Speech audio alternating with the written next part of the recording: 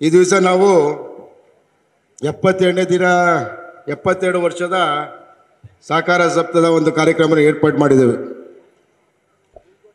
72 ವರ್ಷ ಅಂತಂದರೆ ಇದು ಸಾಮಾನ್ಯ ಏನು ಸಣ್ಣ ಒಂದು ಅವಧಿ ಅಲ್ಲ. ಇದೇನು ಸಹಕಾರ ಕ್ಷೇತ್ರ ಅಂತ ಏನಿದೆ ಇದನ್ನು ಸಿದ್ದಣ್ಣಗೌಡ ಪಾಟೀಲ್ ಅಂತ ಹೇಳಿ ಅವರು ಶುರು ಮಾಡಿದಂಥದ್ದು. ಇದರ ಉದ್ದೇಶ ಏನು ಅಂತ ಹೇಳಿದ್ರೆ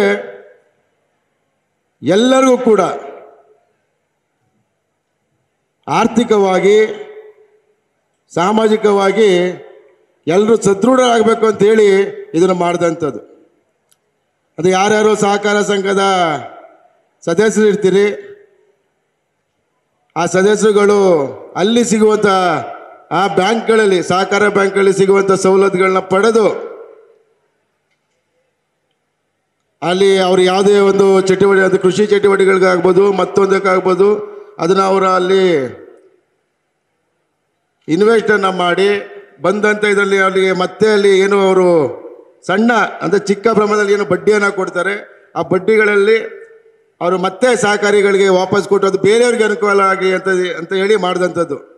ಮುಂಚೆ ಸ್ವಲ್ಪ ಸಹಕಾರಿಗಳ ಬ್ಯಾಂಕ್ಗಳಿದ್ದು ಸಹಕಾರಿ ಸಂಘಗಳು ಕಮ್ಮಿ ಇತ್ತು.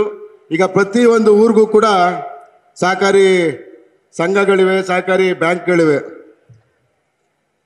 ಇದು ಹೆಣ್ಮಕ್ಳು ಕೂಡ ಇವತ್ತು ಹೈನುಗಾರಿಕೆಯನ್ನು ಮಾಡಿ ತಮ್ಮ ಒಂದು ಸ್ವಾವಲಂಬಿಯ ಬದುಕನ್ನು ಕಟ್ಕೊಳ್ತಾರೆ. ನಮ್ಮೆಲ್ಲರೂ ನೋಡ್ಬೋದು. ಯಾಕಂದರೆ ಅವ್ರಿಗೆ ಡೈರಿಗೆ ಹಾಲು ಹಾಕಿ ಸರ್ಕಾರ ಕೊಡುವಂಥ ಪ್ರೋತ್ಸಾಹ ಧನಗಳಿಂದ ಅವರೆಲ್ಲ ಕೂಡ ಅವರ ಜೀವನವನ್ನು ಸಾಗಿಸಿರೋವಂಥದ್ದು. ಅವ್ರ ಮಕ್ಕಳಿಗೆ ಆರ್ಥಿಕವಾಗಿ ಶೈಕ್ಷಣಿಕವಾಗಿ ಒಂದು ಉತ್ತೇಜನ ಕೊಡ್ತೀವಿ ನಾವು ಕಾಣ್ಬೋದು. ಅದು ನನಗೆ 1-2 ನಿಮಿಷ ಮಾತಾಡೋಕ್ಕೆ ಕೇಳಿದರೆ ಮಾತಾಡಿ ಮುಗಿಸ್ತೇನೆ. ನನಗೆ ಹೇಳುವಂಥದ್ದು 72 ವರ್ಷ ಸಹಕಾರ ಸಂಘಗಳು ಶುರುವಾಗಿದೆ ಅಂತ ಹೇಳ್ತಾ ಇದ್ದೀವಿ. ಆದರೆ ಈ 72 ವರ್ಷದಲ್ಲಿ ಕೆಲ ಜಾತಿಗಳು ಹಿಂದುಳಿದವ್ರು ಇರ್ಬೋದು, ಪರಿಶಿಷ್ಟ ಜಾತಿ ಇರ್ಬೋದು, ಪರಿಶಿಷ್ಟ ಪಂಗಡ ಇರ್ಬೋದು, ಅವರು ಸದಸ್ಯರುಗಳಾಗಿದ್ದಾರೆ. ಆದರೆ ಅವರು ಏನು ತೀರ್ಮಾನ ತಗೊಳ್ತಾರೆ ಆ ಸ್ಥಾನಗಳಿಗೆ ಇನ್ನೂ ಹೋಗಿರಲ್ಲ. ಅದನ್ನು ನಾವು ಈಗಲೂ ಕೂಡ ಕಾಣುವಂಥದ್ದು. ನಾನು ಅದಕ್ಕಾಗಿ ಹೇಳುವಂಥದ್ದು, ಏನು ಕೆಲವರು ವಾದವನ್ನು ಮಾಡ್ತಾರೆ, ಅವ್ರಿಗೆ ಭೂಮಿ ಇಲ್ಲ, ಅವ್ರಿಗೆ ಶಿಕ್ಷಣ ಇಲ್ಲ, ಅವ್ರಿಗೆ ಇದ್ರ ಬಗ್ಗೆ ಅಷ್ಟೊಂದು ಜ್ಞಾನ ಇಲ್ಲ, ಅವ್ರ ಆಡಳಿತ ನಡ್ಸಕ್ಕೆ ಬರಲ್ಲ ಅಂತ ಹೇಳುವಂಥ ಮಾತುಗಳನ್ನ ನಾನು ಕೇಳಿದ್ದೇನೆ. ಶಿಕ್ಷಣವನ್ನು ಭೂಮಿಯನ್ನು ಒಂದು ಪಿತೂರಿಯಿಂದ ಕಸ್ಕೊಂಡವ್ರು ಯಾರು ಅಂತ ಮಾತನ್ನು ಕೇಳೋಕ್ಕೆ ಬಯಸ್ತೇನೆ.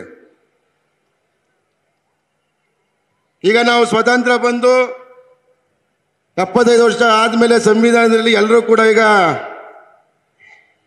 ನಮಗೆ ದೊರೆತಂಥ ಮೀಸಲಾತಿಗಳಿಂದ ಶೈಕ್ಷಣಿಕವಾಗಿ ಆರ್ಥಿಕವಾಗಿ ನಾವು ಬೆಳೀತಾ ಇರೋವಂಥದ್ದು. ಅನುಭವ ಇಲ್ಲ ಅಂತ ಹೇಳಿದ್ರೆ ಅನುಭವವನ್ನು ಕೊಟ್ಟರೆ ಎಲ್ಲರೂ ಕೂಡ ಅನುಭವ ಆಗುವಂಥ ಮಾತನ್ನು ಹೇಳೋಕ್ಕೆ ಬಯಸ್ತೇನೆ. ಅಂದರೆ ನಾನು ತಮ್ಮೆಲ್ಲರ ಪರವಾಗಿ ಮಾನ್ಯ ಮುಖ್ಯಮಂತ್ರಿಗಳಿಗೆ ಒಂದು ಮನವಿಯನ್ನು ಮಾಡ್ತೀನಿ. ಮುಂದಿನ ದಿನಗಳಲ್ಲಿ ಸಹಕಾರ ಕ್ಷೇತ್ರಗಳು ಕೂಡ ಮೀಸಲಾತಿಯನ್ನು ಕೊಡುವಂಥದ್ದು ಆಗಬೇಕು. ಎಷ್ಟೊಂದು ಜನ ಅದಕ್ಕೆ ಅನುಭವ ಇದೆ, ಒಂದು ತಿಳುವಳಿಕೆ ಇದೆ, ಅವರು ಕೂಡ ಆಡಳಿತವನ್ನು ನಡೆಸಬಲ್ಲರು ಅನ್ನೋ ಹೇಳೋಕ್ಕೆ ನಾನು ಬಯಸಕ್ಕೆ ತಮ್ಮ ಎಲ್ಲರ ಪರವಾಗಿ ತಮ್ಮಲ್ಲಿ ಮನವಿಯನ್ನು ಮಾಡ್ತೇನೆ. ಮುಂದಿನ ದಿನಗಳಲ್ಲಿ ನಮ್ಮ ಸರ್ಕಾರ ಇದೆ, ಇನ್ನೂ 2.5 ವರ್ಷ ತಾವುಗಳೇ ಮುಖ್ಯಮಂತ್ರಿಯಾಗಿ ಮುಂದುವರಿಯೋದ್ರಿಂದ ದಯವಿಟ್ಟು ಅದನ್ನು ಕೊಟ್ಟು ಎಲ್ರಿಗೂ, ಯಾಕಂದರೆ ಇದು ಕಲ್ಪನೆ, ಸಹಕಾರ ಕಲ್ಪನೆ ಎಲ್ಲರಿಗೂ ಆರ್ಥಿಕವಾಗಿ ಸಾಮಾಜಿಕವಾಗಿ ಸಮತೋಲನ ಬದುಕನ್ನು ಬದುಕಬೇಕು, ಸರಿಸಮಾನ ಬದುಕನ್ನು ಮಾಡಬೇಕು ಅಂತೇಳಿ ಮಾಡಿದಂಥ ಉದ್ದೇಶ ನೀವು ಮೀಸಲಾತಿ ಕೊಟ್ಟಾಗ ಮಾತ್ರ ಅದು ನೆರವೇರುತ್ತೆ ಅಂತ ಹೇಳಕ್ಕೆ ಬಯಸ್ತಾ ನನಗೆ ಕೊಟ್ಟಂಥ ಅವಕಾಶ ಮಾಡಿಕೊಂಡು ಎಲ್ಲರಿಗೂ ಧನ್ಯವಾದ ತಿಳಿಸ್ತಾ ನಾನು ಮಾತು ಮುಗಿಸ್ತೀನಿ. ನಮಸ್ಕಾರ. ನ್ಯೂಸ್ ಫಸ್ಟ್ ನಿರ್ಭೀತಿಯಿಂದ ನಿಮ್ಮ ಪರವಾಗಿ.